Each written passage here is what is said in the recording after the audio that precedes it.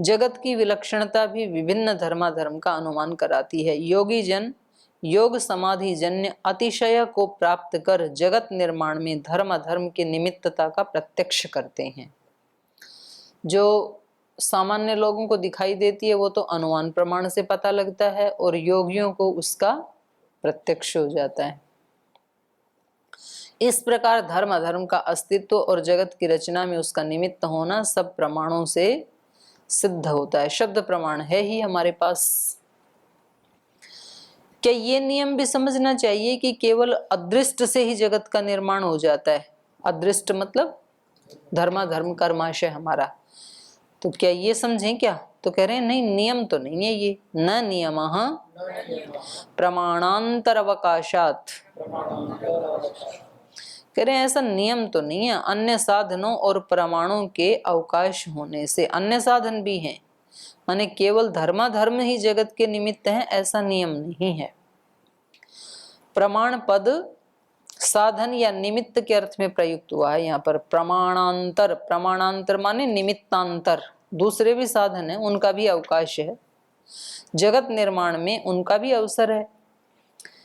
तो उनका अवसर होने से ये नियम नहीं है कि अदृष्ट अकेला ही जगत की उत्पत्ति में निमित्त होगा। दृष्ट अदृष्ट सब प्रकार के साधन जो भी अपेक्षित हैं सृष्टि में आवश्यक समझे जाते हैं। सर्ग की रचना के प्रसंग में अदृष्ट, अदृष्ट माने धर्माधर्म, धर्माधर्म निमित्तों का निर्देश हुआ है, और शेष समस्त अपेक्षित निमित्तों का निर्देश दृष्ट पद से होता है, जिनमें मूल उपादान तत्वों की क्रिया प्रतिक्रिया, सत्वर स्तंभ की क्रिया प्रतिक्रिया और चेतन तत्व का सहयोग, इनका भी समावेश हो जाता है। अथवा प्रमाण पद का प्रसिद्ध अर्थ मान लेने पर भी कोई आपत्ति नहीं है। तो सूत्र का अर्थ होगा प्रमाणांतर, माने प्रत्यक्ष आदि प्रमाणों से अन्य निमित्तों का भी अवकाश, अवकाश माने अवसर प्राप्त होने से ये नियम नहीं है कि अदृष्ट की उत्पत्ति में अदृष्ट ही संसार की उत्पत्ति में निमित्त है, ये नियम नहीं है। प्रत्यक्ष आदि प्रमाणों से ये निश्चित हो जाता है कि कार्य मात्र की उत्पत्ति में अदृष्ट के अतिरिक्त दृष्ट कारण भी उपस्थित रहते हैं।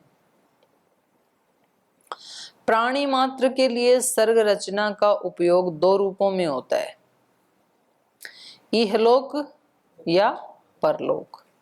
प्रत्येक वर्तमान जन्म इहलोक है और उसके अतिरिक्त स्थिति जो है वो परलोक है। तो दोनों जगह दृष्ट अदृष्ट निमित्तता समान है। इस लोक में भी अपना जो अदृष्ट है उसी के अनुसार हमें सब मिलता है, और दूसरे लोक में भी, माने मोक्ष आदि में भी जाएंगे कहीं तो भी धर्माधर्मी निमित्त है। स्वर्ग में जाएंगे तो पुण्य, नरक में जाएंगे तो पाप, कोई निमित्त बनते हैं। तो इसलिए सूत्रकार कह रहे हैं उभयत्रप्येवम्,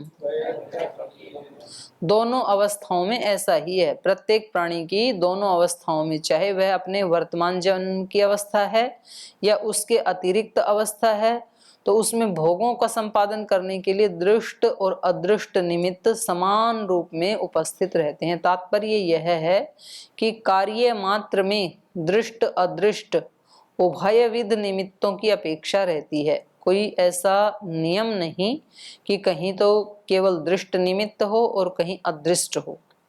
या फिर इस सूत्र का ऐसा भी अर्थ किया जा सकता है कि आदि सर्ग रचना में और उसके बाद उसके अनंतर सृष्टि के वर्तमान काल में प्राणियों के भोग तथा कार्य मात्र के लिए दृष्ट अदृष्ट रूप दोनों ही प्रकार के निमित्तों की अपेक्षा रहती है।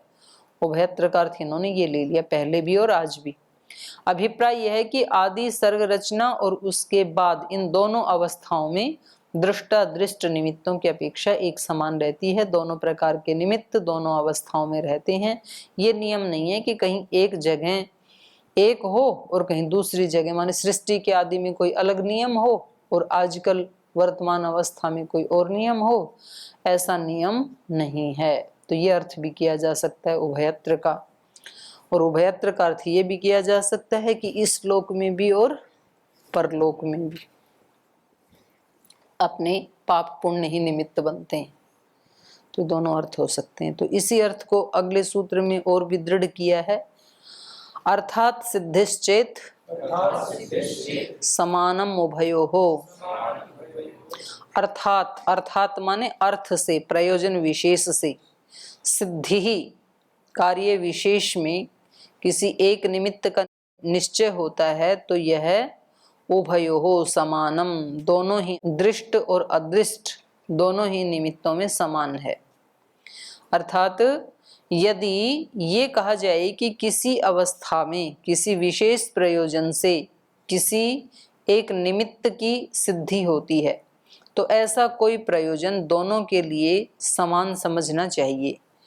एक ही कोई प्रयोजन दोनों प्रकार के निमित्तों का वहां उपस्थापक हो, यह आशय सूत्रकार का नहीं है, बल्कि यह है कि किसी कार्य में यदि हम दृष्ट निमित्तों की उपयोगिता किसी प्रयोजन से समझते हैं तो उस कार्य में अदृष्ट निमित्त की भी किसी अन्य विशेष प्रयोजन को पूरा करने की दृष्टि से अपेक्षित होता है। माने हमें लगता है ना कि हमारे पुरुषार्थ से ही हो गया केवल, तो ये तो ठीक है, पर उसके साथ साथ कुछ अदृष्ट निमित्त भी होता है। दृष्ट और अदृष्ट दोनों साथ ही होते हैं। अपने दृष्टिकोण से किसी प्रयोजन का होना दोनों प्रकार के निमित्तों के लिए समान है। जैसे एक घट के निर्माण में हम केवल दृष्ट निमित्त जो हैं, दृष्ट निमित्त क्या है, कुलाल, चक्र, दंड इत्यादि को अपेक्षित समझते हैं, क्योंकि इतने से घट कार्य पूर्ण रूप से संपन्न हो जाता है। पूर्ण संपन्नता रूप प्रयोजन से केवल दृष्ट निमित्तों की आवश्यकता को यहाँ बताया जाए तो अन्य जो आवश्यक बाधा आदि निवारण के प्रयोजन के लिए अदृष्ट निमित्त की सिद्धि को उपेक्षित नहीं किया जा सकता। माने अदृष्ट भी तो है उसमें, नहीं तो आंधी तूफान आ जाता, कोई बाधा आ जाती, उसमें कोई बाधा नहीं आई, बारिश नहीं आई, तो ये भी तो अदृष्ट की सहायता है ना। दृष्ट कारण तो हैं ही हैं, अदृष्ट भी तो हैं। घड़ा बनाने में, खेती करने में दृष्ट साधन है, सो तो हैं ही हैं, पर अदृष्ट भी हैं। अदृष्ट का मतलब यहाँ जो दिखते नहीं है।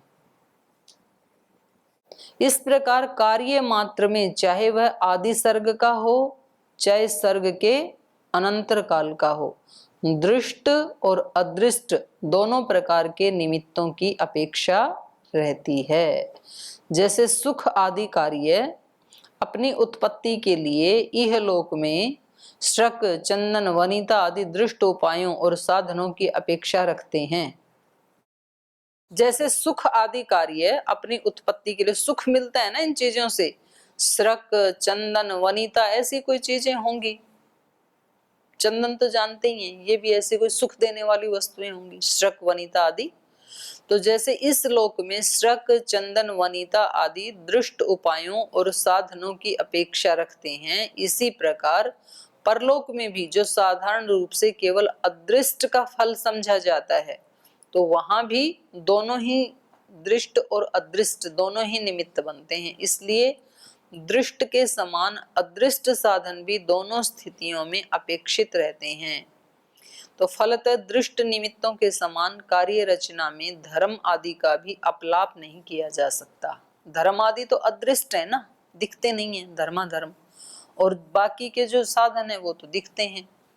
सत्वरजतम आदि जो रॉ मटेरियल है वो तो मतलब दिखाई देता है कि उससे बना है ये संसार। अब धर्म आदि की विशेष स्थिति को स्पष्ट करने के लिए सूत्रकार कह रहे हैं, क्या है ये धर्म आदि, धर्म आदि क्या है।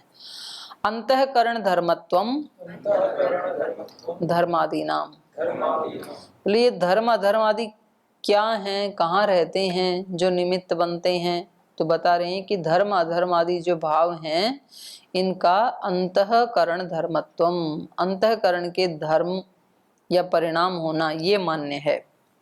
धर्म आदि भाव कहाँ रहते हैं, यह एक प्रश्न है। तो धर्म आदि समस्त भाव सत्व रज तमस रूप हैं, इसलिए इन्हें निर्माण या परिणाम की दृष्टि से सत्व आदि का विकार कहना चाहिए। सांख्य सिद्धांत के अनुसार प्रकृति के समस्त परिणाम परार्थ हैं, दूसरे के लिए हैं। इसलिए क्योंकि जो बुद्धि आदि है वो भी तो प्रकृति के ही परिणाम है ना, ये सत्व तम से ही बने हैं। तो सारी की सारी प्रकृति, मूल प्रकृति और उसकी रचना, वो सारी क्या है? परार्थ। और जड़ जो है वो हमेशा परार्थ ही होता है, चेतन के लिए ही होता है ना जड़, वो अपने लिए तो होता नहीं है।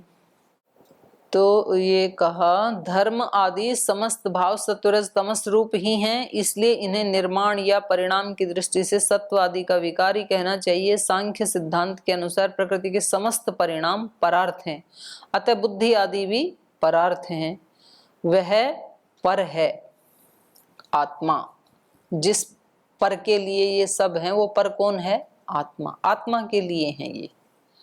उस चेतन आत्मा के भोग और अपवर्ग के लिए प्रकृति का बुद्धि आदि परिणाम होता है। बुद्धि आदि जो हमें मिले हैं, मन आदि, अंतःकरण आदि, ये सब किसके लिए हैं? अपवर्ग के लिए, भोग और अपवर्ग के लिए। सत्व आदि की जो धर्म आदि भावों के रूप में परिणति है वह बुद्धि में होती है, लेकिन उसकी अनुभूति आत्मा में होती है। शरीर या बुद्धि आदि के द्वारा संपादित किए जाने वाले समस्त क्रियाकलाप आत्मा के अस्तित्व के बिना संभव नहीं हो सकते, और वह सब आत्माओं के लिए है। इसलिए अनुकूल या प्रतिकूल अनुभूति तो आत्मा को ही होती है, लेकिन त्रिगुणात्मक होने से धर्म आदि परिणाम बुद्धि में ही संभव हैं, आत्मा में नहीं है। इसलिए धर्म आदि भावों को अंतःकरण का धर्म माना गया है। तो सांख्य दर्शन इनको किसका धर्म मानता है? धर्म आदि को। धर्म अधर्म आदि कहाँ रहते हैं? अंतःकरण में, आत्मा में नहीं रहते हैं। जगत के उत्पाद या जगत के परिणाम के प्रसंग में धर्म आदि भावों का यह प्रतिपादन परिणाम की दृष्टि से किया गया है। चेतन आत्म तत्व के अधिष्ठाता और साक्षी होने के कारण इन भावों का अधिष्ठान तो आत्मा ही रहेगा। क्या कह रहे हैं ये? चेतन आत्म तत्व के अधिष्ठाता, आत्म तत्व का अधिष्ठाता और साक्षी होने के कारण इनका अधिष्ठान तो आत्मा ही रहेगा। अन्यथा आदि सर्ग रचना में जब बुद्धि का उद्भव नहीं हो पाया है, कर्मों या धर्माधर्म को निमित्त माने जाने पर उनका अधिष्ठान कौन रहेगा? ये प्रश्न उठा दिया इन्होंने कहा था ना कि ये अंतःकरण के धर्म है। धर्माधर्म कहाँ रहते हैं? अंतःकरण में रहते हैं, उसके धर्म हैं। तो उसके ऊपर ये प्रश्न है कि नहीं, इसको अंतःकरण का यदि मानोगे तो अंतःकरण की रचना तो बाद में हुई ना। मूल प्रकृति के जो सत्व स्तंभ हैं उनमें एक गति आई, उसके बाद फिर महतत्व बना और फिर अहंकार बना, फिर कहीं जाके अंतःकरण बना, एकादश इंद्रियां बनी। तो ये कह रहे हो तो बाद में बना। तो चेतन आत्म तत्व के अधिष्ठाता और साक्षी होने के कारण इन भावों का अधिष्ठान तो आत्मा ही रहेगा। ये भाव तो आत्मा में ही होने चाहिए, क्योंकि अंतःकरण तो बाद में जाके बना है। तो आत्मा में ही इनका अधिष्ठान होना चाहिए। तो आत्मा में जैसे जैसे धर्माधर्म थे वैसे वैसे उस आत्मा को मन बुद्धि आदि मिल गए, ऐसे होना चाहिए, ये कह रहे हैं। तो ये कह रहे हैं आदि सर्ग रचना में, सर्ग की जब रचना हुई अब तो ठीक है, हमें जो मिल गया, एक बार जो अंतःकरण मिल गया, अब सब जन्मों में वैसा ही रहेगा अंतःकरण। सूक्ष्म शरीर नहीं बदलता, स्थूल स्थूल तो बदलता रहेगा। पर सृष्टि की जब रचना हुई, जब सबसे पहला इस सृष्टि काल का जो मन बुद्धि हमें मिला था, तो वो किस आधार पे मिला? उससे पहले के धर्माधर्म कहाँ थे? धर्माधर्म के आधार पे ही मिला ना। किसी को अंतःकरण बहुत शार्प मिला, किसी को मीडियम मिला, किसी को सामान्य मिला, तो वो कैसे मिला? तो इसलिए ये कह रहे हैं कि ये धर्माधर्म कहाँ रहने चाहिए, इनका अधिष्ठाता कौन होना चाहिए? आत्मा होना चाहिए। अन्यथा आदि सर्ग रचना में जब बुद्धि का उद्भव भी नहीं हुआ था, बुद्धि तो बाद में बनेगी ना, तो कर्मों या धर्माधर्म को निमित्त माने जाने पर हम ये मानते हैं कि ये सृष्टि कैसे बनी? कर्मों के आधार पर या धर्माधर्म के निमित्त से बनी। तो बोले तब वो धर्माधर्म कहाँ थे? उनका अधिष्ठान कौन रहेगा, वो कहाँ रहेंगे। ये ठीक है कि आदि सर्ग रचना काल में अपने उद्भव के बाद जो बुद्धि तत्व जिस पुरुष के साथ संवेष्टित हो जाता है उसका समस्त सर्ग काल में फिर वैसा ही अस्तित्व बना रहता है। तो ये भी एक बात है, अंतःकरण जो है उसको हम चेंज नहीं कर सकते हैं। वो तो एक बार जो सृष्टि के आदि में जैसा मिल गया वो ही रहेगा। अब मोक्ष के बाद आते होंगे तो फिर नया दूसरा मोक्ष में पहुंचेंगे तब तो, ये तो बात अब की है ना। आदि में कैसे, आदि में कैसे, उसमें भी तो कुछ धर्म रहा है ना। वो ही तो कह रहे हैं, ये वो ही तो कह रहे हैं कि किस आधार पे मिलता है, सृष्टि की रचना कैसे हुई, तो बोले धर्माधर्म के आधार पे, जैसा जैसा जिसका कर्माशय था। तो सृष्टि की रचना हम केवल बाहर बाहर ही देख रहे हैं ऐसा नहीं है ना, केवल जंगल नदी पहाड़ देख लें यही सृष्टि की रचना नहीं है ना। हमारे अंतःकरण की रचना वो भी तो सृष्टि की रचना में ही आता है। हमारी बुद्धि, हमारा मन, वो भी सृष्टि रचना ही है, उससे पहले नहीं था ना वो भी। तो वो भी हमारे धर्माधर्म के आधार से ही, निमित्त से ही बनते हैं हमारे अंतःकरणों की संरचना भी। तो उनका अधिष्ठान कौन रहेगा उस समय, फिर कहाँ थे वो धर्माधर्म उससे पहले, वो ये कह रहे हैं। तो वो ईश्वर के उसमें रहते हैं, ज्ञान में, माने चेतन के साथ रहते हैं, ये है उसका अधिष्ठान कौन होगा, चेतन। क्योंकि सांख्य दर्शन तो दो नहीं मानता ना, जीव अलग और परमात्मा अलग ऐसे नहीं मानते, ये चेतन कहता है बस। प्रकृति और पुरुष दो शब्दों का प्रयोग करता है ना ये तो। पुरुष में तो दोनों ले सकते हैं। हाँ, पुरुष में दोनों आ जाएंगे फिर। तो पुरुष का मतलब चेतन, तो चेतन उसका अधिष्ठान रहता है, ये कह रहे हैं। यह ठीक है कि आदि सर्ग काल में अपने उद्भव के बाद जो बुद्धि तत्व जिस पुरुष के साथ संवेष्टित हो जाता है, माने संलग्न हो जाता है, जैसा जिसको मिल जाता है, उसका समस्त सर्ग काल में फिर वैसा ही अस्तित्व बना रहता है। या तो आत्म साक्षात्कार होने पर उस आत्मा से उसका असंबंध होता है, या तो मतलब आदमी को आत्म साक्षात्कार हो गया तो जो करना था सो कर लिया, कृतकृत्य हो गया, तो अब उस अंतःकरण अपने मूल कारण में लीन हो जाएगा, या तो तब उससे पिंडा छूटेगा, या फिर प्रलय काल आने पर वह अपने कारण में लीन हो जाएगा अंतःकरण। तब तक तो वही अंतःकरण रहेगा, क्योंकि प्रलय काल में कोई कार्य अपने रूप में अवस्थित नहीं रहता। प्रलय काल में सब कारण रूप में ही चले जाते हैं, तब कुछ भी कार्य रूप में नहीं रहता। तो इससे आत्मा के असंग होने में कोई बाधा नहीं आती है। गुणों का अन्योन्य मिथुन होना या संग पद का अर्थ है, सूत्र में जो संज्ञा है वह आत्मा में संभव नहीं है, क्योंकि वह तो आत्मा तो क्या है, गुणातीत है या अत्रिगुणात्मक है। तो जगत सर्ग परार्थ कहा गया है, सारा ये जगत है ये परार्थ है। यदि धर्मादि भाव अंतःकरण के धर्म हैं तो आत्मा के लिए इनका उपयोग कैसे होगा। अनुपयुक्त होने से धर्म आदि की तथा इनके कारणभूत सत्व रज तम इन गुणों की व्यर्थता हो जाएगी, तब इनका होना न होना ये बराबर है। क्या कह रहे हैं ये कि जगत की रचना को हमने क्या कहा, परार्थ है, अपने लिए नहीं है ना। जगत की रचना रचना के लिए नहीं है, बल्कि किसके लिए है, चेतन के लिए। परार्थ मतलब चेतन या आत्मा। तो जगत सर्ग परार्थ कहा गया है। यदि धर्मादि भाव अंतःकरण के धर्म हैं तो आत्मा के लिए इनका उपयोग कैसे होगा। अंतःकरण के भाव हैं तो अंतःकरण में रहेंगे, तो आत्मा उसका उपयोग कैसे करेगा। अंतःकरण तो बाद में बना ना, शुरू में तो आत्मा ही है केवल, तो उनमें यदि रहते हैं तो आत्मा उनका उपयोग करके और वैसा अंतःकरण दोबारा दे दे वो कैसे हो पाएगा। यदि धर्म आदि भाव अंतःकरण के धर्म हैं तो आत्मा के लिए इनका उपयोग कैसे होगा। अनुपयुक्त हो गई फिर तो, और अनुपयुक्त होने से धर्मादि की तथा इनके कारणभूत सत्व रजतम गुणों की फिर तो व्यर्थता हो जाएगी। जब उनका उपयोग ही नहीं है तो उनका होना ना होना बराबर ही है, फिर उनकी कोई उपयोगिता ही नहीं है। तो इनका होना न होना बराबर ही हो जाएगा। तो इसलिए सूत्रकार कह रहे हैं गुणादि नाम च नात्यंत बाधः। गुणादि नाम, गुण आदि, गुण आदि का मतलब है अत्यंत बाधा, थोड़ा भी अनुपयोग नहीं।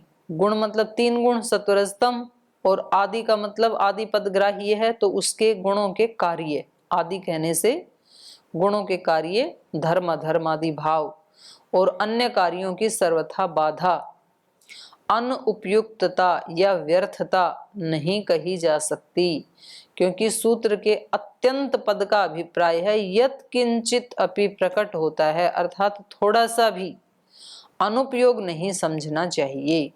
गुणों का बाधित होना उसी अवस्था में संभव है जब आत्मा के लिए उनका कोई उपयोग ना हो। गुणों का बाधित होना उस अवस्था में, गुण बाधित हो गए, ये कब हो सकता है? जब आत्मा के लिए उनका कोई भी उपयोग ना हो। यदि गुण गुणों के लिए ही हैं, आत्मा के भोग आदि को सिद्ध नहीं करते हैं, तो उनको बाधित बताना ठीक है।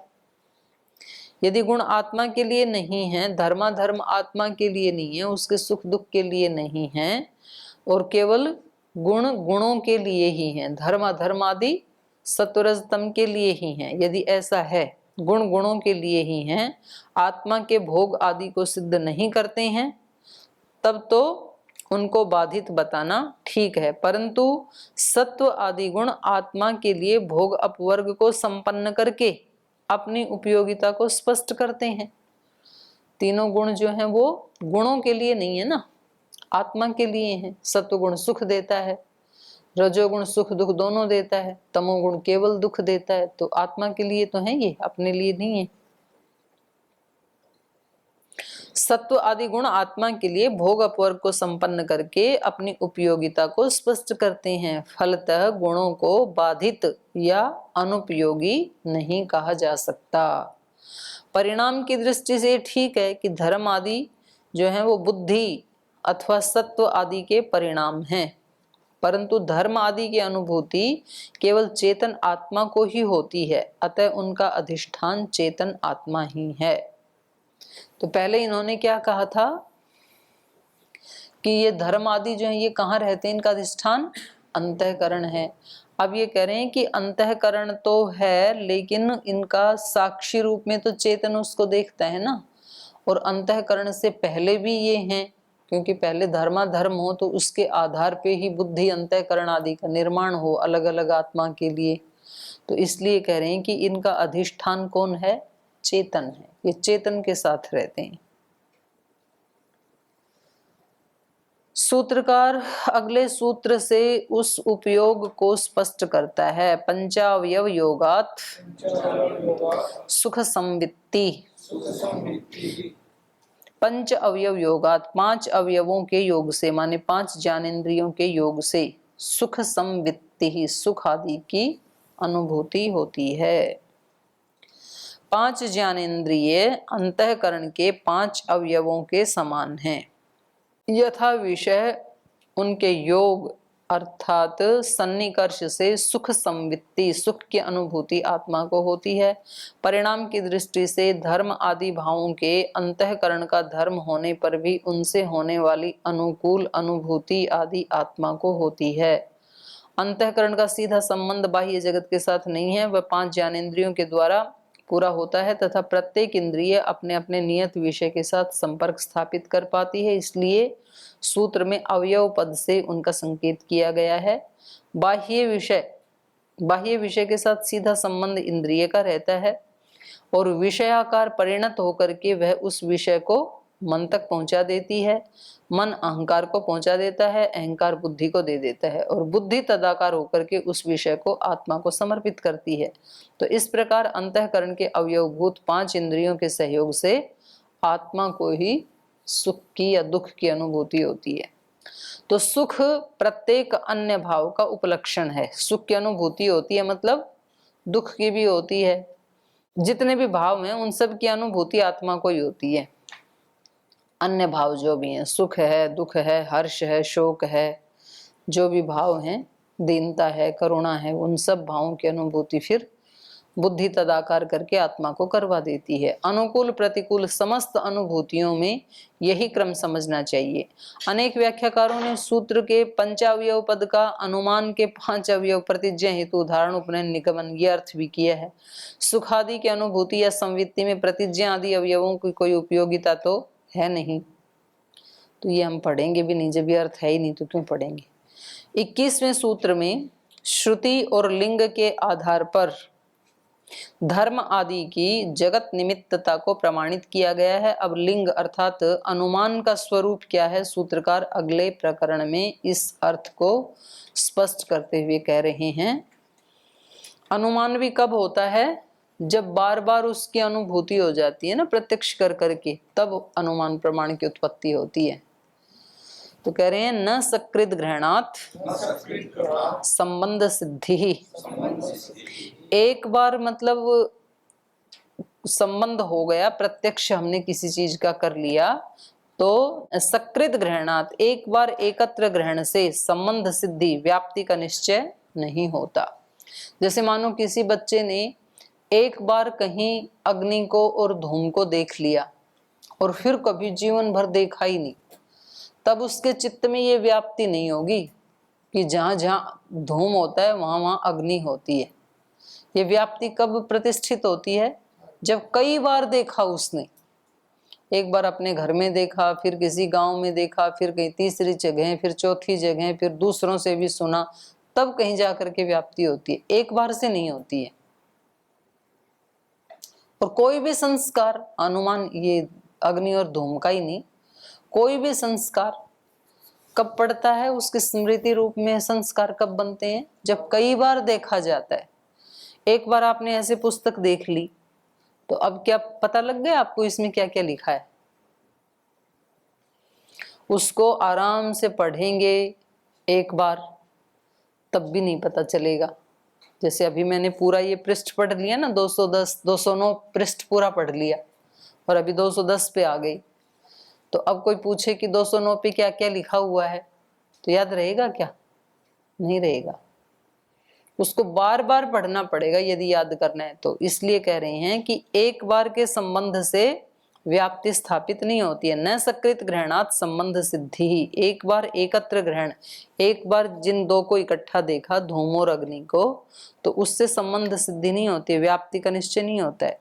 संबंध व्याप्ति को कहते हैं किन्हीं दो धर्मों का अव्यभिचरित नियत साहचर्य, ये व्याप्ति कहलाता है, जो अनुमान का मुख्य आधार है।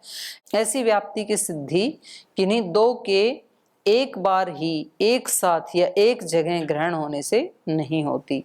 जो वस्तु कृतक, कृतक माने बनने वाली है, वो निश्चित रूप से अनित्य होती है। कृतकत्व और अनित्यत्व इन दोनों धर्मों का नियत साहचर्य है, कृतकत्व और अनित्यत्व। क्योंकि जो जो कृतकत्व है वो अनित्यत्व भी है, तो इनका नियत साहचर्य है। तो एक धर्म दूसरे को छोड़कर नहीं रह सकता, यही इनकी व्याप्ति है। तो व्याप्ति के लिए धर्मों का एक बार या अनेक बार इकट्ठे ग्रहण होना कोई विशेषता नहीं रखता। वहां अपेक्षा इस बात की होती है कि उनमें से एक दूसरे को छोड़कर न रह सकें। अनित्यत्व जो है वो कृतकत्व के बिना नहीं रह सकता, कृतकत्व अनित्यत्व के बिना नहीं रह सकता। यदि घट के निर्माण के समय हम अनेक बार भी गर्दभ को साथ बंधे देखते हैं तो भी घट गर्दभ की व्याप्ति संभव नहीं हो सकती। ये कह रहे हैं ऐसा भी नहीं है कि अनेक बार देखने से ही व्याप्ति बन जाती है।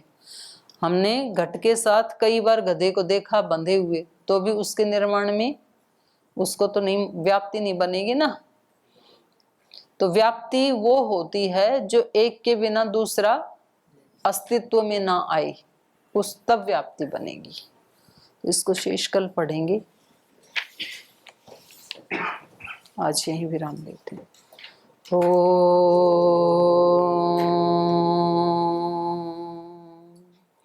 शांति शांति शांति। श्री गुरुभ्यो नमः।